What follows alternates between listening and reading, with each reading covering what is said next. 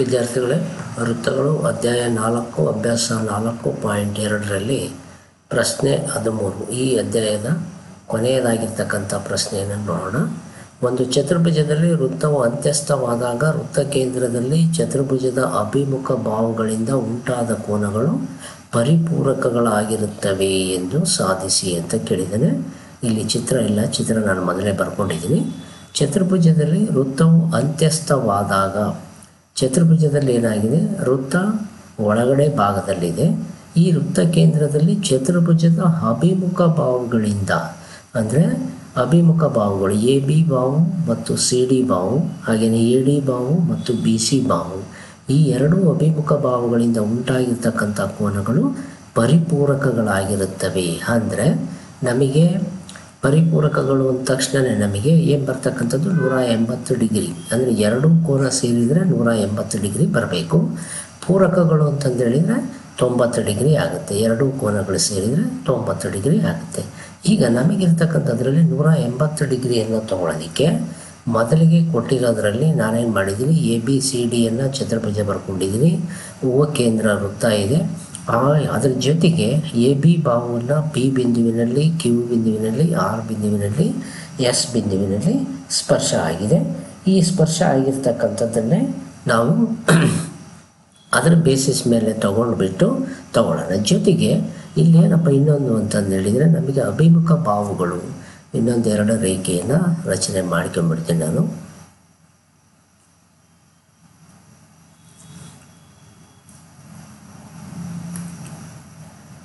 A O ಹಾಗೆಯೇ O B, next ಬಂತು O C, next ಬಂತು ಓ ಮತ್ತು ಡಿಯನ್ನು ಸೇರಿಸ್ಕೊಳ್ತೀನಿ. ಈಗ ಸೇರಿಸ್ಕೊಂಡಾಗ ಏನಾಯಿತು, ಎ ಓ ಬಿ ಕೋನ = ಸಿ ಓ ಡಿ ಕೋನ, ಎರಡೂ ಸೇರಿದರೆ 180 ಡಿಗ್ರಿ ಆಗಬೇಕು. ಹಾಗೆಯೇ ಬಿ ಒ ಸಿ ಕೋನ ಮತ್ತು ಎ ಒ ಡಿ ಕೋನ, ಈ ಎರಡು ಕೋನಗಳು ಸೇರಿದರೆ 180 ಡಿಗ್ರಿ ಆಗಬೇಕು. ಆ ಥರ ನಾವು ತಗೊಳ್ಬೇಕಾಗಿ ತೋರಿಸ್ಬೇಕು ಅಂತ ಹೇಳ್ತಾ ಇದ್ದಾನೆ. ಕೊಟ್ಟಿರೋದನ್ನು ಫಸ್ಟ್ ಬರ್ಕೊಳ್ಳೋಣ. ಏನಿದೆ ನಮ್ಮದರಲ್ಲಿ, ದತ್ತದಲ್ಲಿ ಓ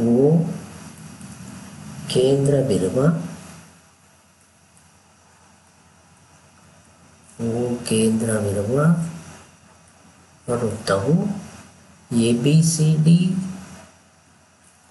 ಚತುರ್ಭುಜದಲ್ಲಿ ಅಂತ್ಯಸ್ಥವಾಗಿದೆ. ಜೊತೆಗೆ ಎ ಬಿ ಸಿ ಡಿ ಚತುರ್ಭುಜವನ್ನು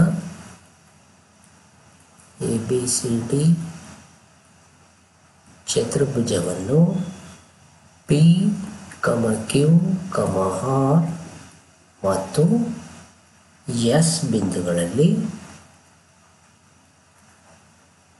ಸ್ಪರ್ಶಿಸಿದೆ. ಇದು ಫಸ್ಟ್ ಬಂತು. ನಾವು ಸಾಧನೆ ತೋರಿಸ್ಬೇಕಿಲ್ಲ ಅಂದರೆ, ವೃತ್ತದ ಕೇಂದ್ರದಲ್ಲಿ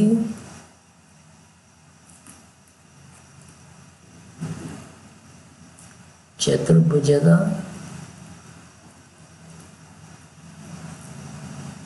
ಅಭಿಮುಖ ಬಾಹುಗಳಿಂದ ಉಂಟಾದ ಕೋನಗಳು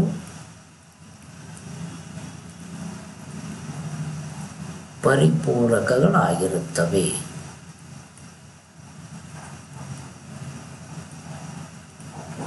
ಅಥವಾ ಈ ಥರನೂ ಕೂಡ ಬರ್ಕೋಬೋದು.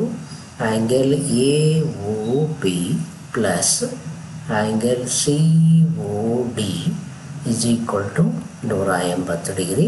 ಹಾಗೆಯೇ ಇನ್ನೊಂದು angle A O D plus angle B O C = 180 degree. ಇದನ್ನು ಬರೆದ್ರು ಸರಿ, ಇದನ್ನು ಬರೆದ್ರು ಸರಿ. ಇದು ನಮಗೆ ಇರ್ತಕ್ಕಂಥದ್ದು. ಈಗ ನಾವು ರಚನೆಯನ್ನು ಏನು ಮಾಡ್ಕೊಂಡಿದ್ದೀವಿ, ಒ ಎ ಮತ್ತು ಒ ಬಿ, ಒ ಸಿ ಮತ್ತು ಒ ಡಿಯನ್ನು ಸೇರಿಸ್ಕೊಂಡಿದ್ದೀನಿ. ರಚನೆ O P, O Q, O R, OS ಅನ್ನು ಸೇರಿಸಿದೆ. ನೆಕ್ಸ್ಟ್ ಬಂತು ಇನ್ನೊಂದನ್ನು ನಾನು ತಗೊಳ್ತಕ್ಕಂಥದ್ದು. ಹಾಗೆಯೇ ಇಲ್ಲಿ ನಾನು ಇನ್ನೊಂದು ರೀತಿಯಲ್ಲಿ ತಗೊಳ್ತಕ್ಕಂಥದ್ದು ಏನು ಮಾಡ್ತೀನಿ ಅಂತಂದು ಹೇಳಿದರೆ ಇದನ್ನು ಸೇರಿಸ್ಬಿಡ್ತೀನಿ. ಅಲ್ಲಿಗೆ ನನಗೆ ಎರಡು ರೀತಿಯಾಗಿರ್ತಕ್ಕಂಥವು ಸಿಗ್ತಕ್ಕಂಥದ್ದು.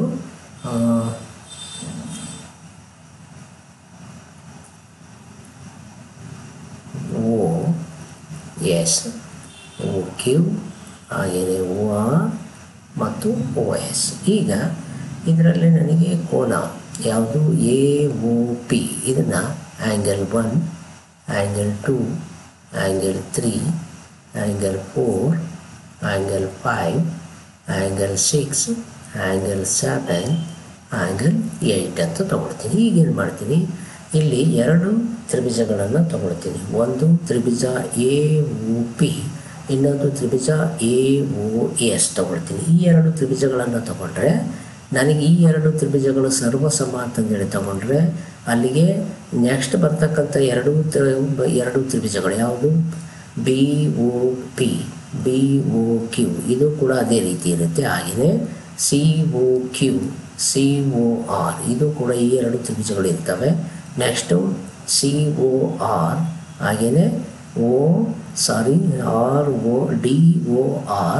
DOS, ಈ ರೀತಿಯಾಗಿರ್ತಕ್ಕಂಥದ್ದು ಒಂದೊಂದು ತ್ರಿಭುಜಗಳನ್ನು ನಾವು ಸರ್ವಸಮ ಅಂತಂದೇಳಿ ತೋರಿಸ್ಬೋದು. ತೋರಿಸಿದಾಗ ನಮಗೆ ಇಲ್ಲಿ ಬರ್ತಕ್ಕಂಥದ್ರಲ್ಲಿ ಯಾವುದು A ಬಿಂದು ಅಂತಕ್ಕಂಥದ್ದು ಬಾಹ್ಯ ಬಿಂದು, B ಬಾಹ್ಯ ಬಿಂದು, C ಬಾಹ್ಯ ಬಿಂದು, D ಬಾಹ್ಯ ಬಿಂದು. ಅಲ್ಲಿಗೆ AOP, AOSನಲ್ಲಿ OP ಮತ್ತು OS ಒಂದೇ ವೃತ್ತದ ತ್ರಿಜ್ಯಗಳು ಒಂದು.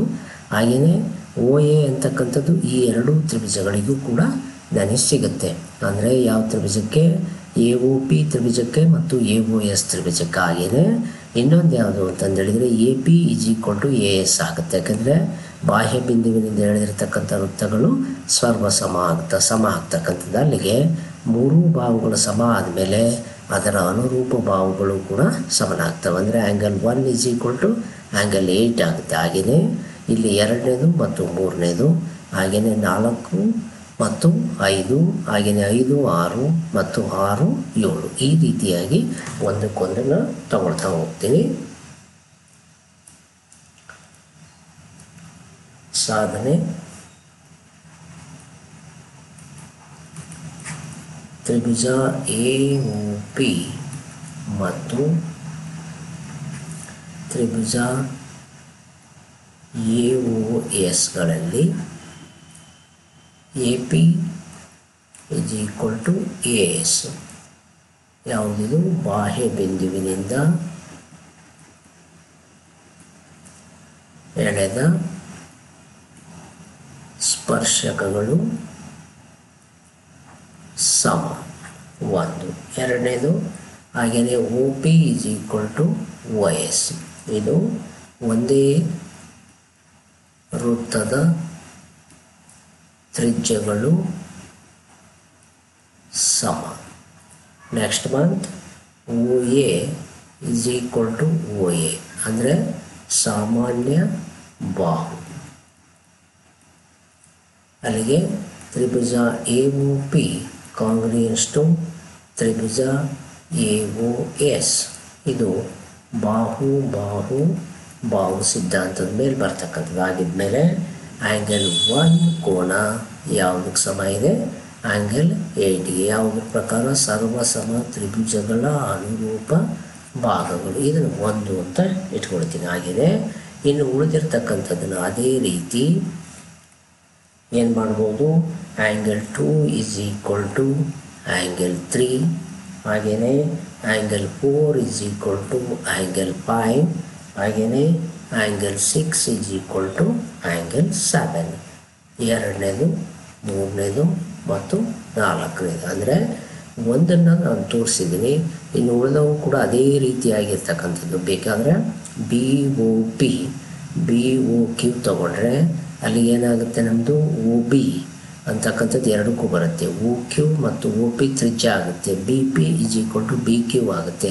ಅಲ್ಲಿಗೆ ಎರಡನೇ ಕೋನ ಮೂರನೇ ಕೋನಕ್ಕೆ ಸಮ ಆಗುತ್ತೆ. ಹಾಗೆಯೇ ಇಲ್ಲಿ ತಗೊಂಡ್ರೆ ಕ್ಯೂ ಒ ಸಿ, ಹಾಗೆಯೇ ಆರ್ ಒ ಸಿ ಅಂತ ತೊಗೊಂಡ್ರೆ O C is equal to O C, C Q is equal to C R, O R is equal to O Q, ಅಲ್ಲಿಗೆ 4 5. ಹಾಗೆಯೇ ಆರ್ ಒ ಡಿ, ಹಾಗೆಯೇ ಎಸ್ ಒ ಡಿ ಅಂತ ತೊಗೊಂಡ್ರೆ O D is equal to O D, O R is equal to O S, D S is equal to D R. 6ನೇ ಕೋನ 7ನೇ ಕೋನ. ಹಾಗಾಗಿ ಮತ್ತೆ ಲೆಂತಿ ಆಗದೆ ಅನ್ನೋ ಉದ್ದೇಶಕ್ಕೋಸ್ಕರ ಒಂದನ್ನು ಮಾತ್ರ ನಾನು ತೊಗೊಂಡಿದ್ದೀನಿ. ಈಗ ಇದರಲ್ಲಿ ನಮಗೆ ವೃತ್ತ ಅಂದ ತಕ್ಷಣ 360 ಡಿಗ್ರಿ ಇರ್ತಕ್ಕಂಥದ್ದು, ಅದನ್ನು ತೊಗೊಳ್ತೀನಿ. Angle 1 plus angle 2 plus angle 3 plus angle 4 plus angle 5 plus angle 6 plus angle 7 plus angle 8 ಅಷ್ಟು ಸೇರಿದರೆ 360 ಡಿಗ್ರಿ. ಅಂದರೆ ವೃತ್ತದ ಒಟ್ಟು ಕೋನ ಅಥವಾ ಕೋನ ಅಂತಂದೇಳಿ ತೊಗೊಂಡ್ರೆ 360 ಡಿಗ್ರಿ ಬರ್ತಕ್ಕಂಥದ್ದು. ಈಗ ನಮಗೆ ಮ್ಯಾಗ ತೊಗೊಂಡೋದಾದರೆ 1 2 3 ಮತ್ತು 4ರಿಂದ ನಮಗೆ ನೋಡಿ 1ನೇ ಕೋನ ಇದೆ, 2ನೇ ಕೋನ ಇದೆ. ಈ ರೀತಿಯಾಗಿರ್ತಕ್ಕಂಥದ್ದನ್ನು ಸ್ವಲ್ಪ ಚೇಂಜ್ ಮಾಡಿಕೊಳ್ಳೋಣ. ಇಲ್ಲಿ 1 2ನೇ ಕೋನ 1ನೇ ಕೋನಕ್ಕೆ ಸಮ ಆಗಿರ್ತಕ್ಕಂಥದ್ರಲ್ಲಿ 1 ಯಾವುದಕ್ಕೆ ಸಮ ಇದೆ? 8ಕ್ಕೆ ಸಮ ಇದೆ. ಹಾಗೆಯೇ ಅದನ್ನು ಸ್ವಲ್ಪ ಚೇಂಜ್ ಮಾಡಿಕೊಳ್ತಾ ಹೋಗೋಣ. ಯಾಕೆ ಅಂತಂದೇಳಿ ನಮಗೆ ಬೇಕಾಗಿರ್ತಕ್ಕಂಥ ರಿಸಲ್ಟ್ ಏನು? ಎ ಒ ಬಿ ಮತ್ತು ಸಿ ಒ ಡಿ. ಅಲ್ಲಿಗೆ 1 2 5 6, 1 2 ಮತ್ತು 5 6ನ್ನು ತಗೊಳ್ಳೋಣ. ಅಲ್ಲಿಗೆ ತಗೊಳ್ತಕ್ಕಂಥದ್ರಲ್ಲಿ angle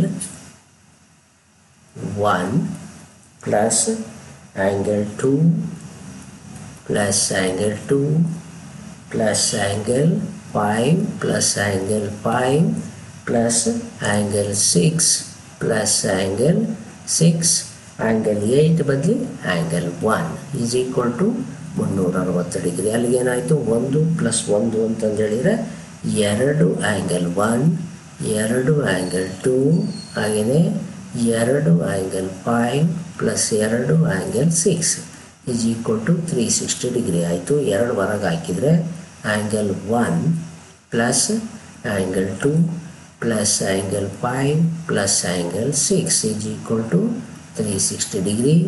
angle 1 plus angle 2 plus angle 5 plus angle 6 is equal to 360/2. Angle 1 plus angle 2 angle 5 plus angle 6 is equal to 180 degree. 2 1 2 180. ಆದಮೇಲೆ 1 ಮತ್ತು 2 ಯಾವುದು? 1 2 ಎ ಒ ಬಿ, 5 ಮತ್ತು 6 C O D. Angle A O B plus angle C O D is equal to ಎಷ್ಟು degree ಆಯಿತು? 180 degree ಆಯಿತು. ಅದೇ ರೀತಿಯಾಗಿ ಬರುತ್ತೆ. ಅದನ್ನು ಒಂದು ಅಕಸ್ಮಾತ್ ಅದನ್ನು ಕೇಳಿದರೆ ಇದೇ ರೀತಿಯಾಗಿ ನಾವು ಮಾಡಬೇಕಾಗುತ್ತೆ. ಮಾಡೋಣ. Angle 1 plus angle 2 plus angle 3 plus angle 4 plus angle 5 plus angle 6 plus angle 7 plus angle 8 is equal to 360 degree. Reason ಅದೇ ಇದೆ. ಈಗ ನಮಗೆ ಒಂದ್ರ ಬದಲಿ ಯಾವ್ದು ತೊಗೊಳ್ಳೋಣ? 8 ಬರುತ್ತೆ. ಹಾಗೆಯೇ 2 ಬದಲಿ ಯಾವ್ದು ಬರುತ್ತೆ? 3 ಬರುತ್ತೆ. ನೆಕ್ಸ್ಟು 4, ನೆಕ್ಸ್ಟು 4 ಪ್ಲಸ್ 6 ಬದಲಿ ಯಾವ್ದು ಸಿಗುತ್ತೆ ನಮಗೆ? 7 7 8 ಹಾಗೆ ಇಟ್ಕೊಳ್ಳೋಣ. 360 ಡಿಗ್ರಿ. ಅಲ್ಲಿಗೆ 2 ಆ್ಯಂಗಲ್ 8, 2 ಆ್ಯಂಗಲ್ 3, 2 ಆ್ಯಂಗಲ್ 4, ಹಾಗೆಯೇ 2 angle 7 is equal to 360 degree. 2 common ತೆಗೆದ್ರೆ angle 8 plus angle 3 angle 4 plus angle 7 is equal to 360 degree. ಅಲ್ಲಿಗೆ ನನಗೆ ಸಿಗ್ತಕ್ಕಂಥದ್ರಲ್ಲಿ 7 plus 8 angle 7 plus 8 plus angle 3 plus angle 4 is equal to 360/2 ಅಂದರೆ 2 280. 7 ಪ್ಲಸ್ 8 ಅಂದರೆ ಯಾವ್ದು ಬರುತ್ತೆ ನಮಗೆ? Angle A O D plus angle B O C is equal to 180 degree. ಇದು ಎರಡನೇದು. ಭಾಳ ಈಸಿಯಾಗಿರ್ತಕ್ಕಂಥದ್ದು. ಸ್ವಲ್ಪ ಇಲ್ಲಿ ತಗೋಬೇಕಾದ್ರೆ ಕೋನಗಳನ್ನು ನಂಬರ್ ಪ್ರಕಾರ ತಗೊಂಡ್ರೆ ನಮಗೆ ಈಸಿ ಆಗ್ತಕ್ಕಂಥದ್ದು. ಇದಷ್ಟು ಕೂಡ ನಿಮಗೆ ಗೊತ್ತಾಗಿದೆ ಅಂದ್ಕೊಡ್ತೀನಿ. ಗೊತ್ತಾಗದೇ ಇದ್ದರೆ ಕಮೆಂಟ್ ಮಾಡಿ ಅಂತ ಹೇಳ್ತಾ ಎಲ್ಲರಿಗೂ ಕೂಡ ಮತ್ತೊಮ್ಮೆ ಧನ್ಯವಾದಗಳು.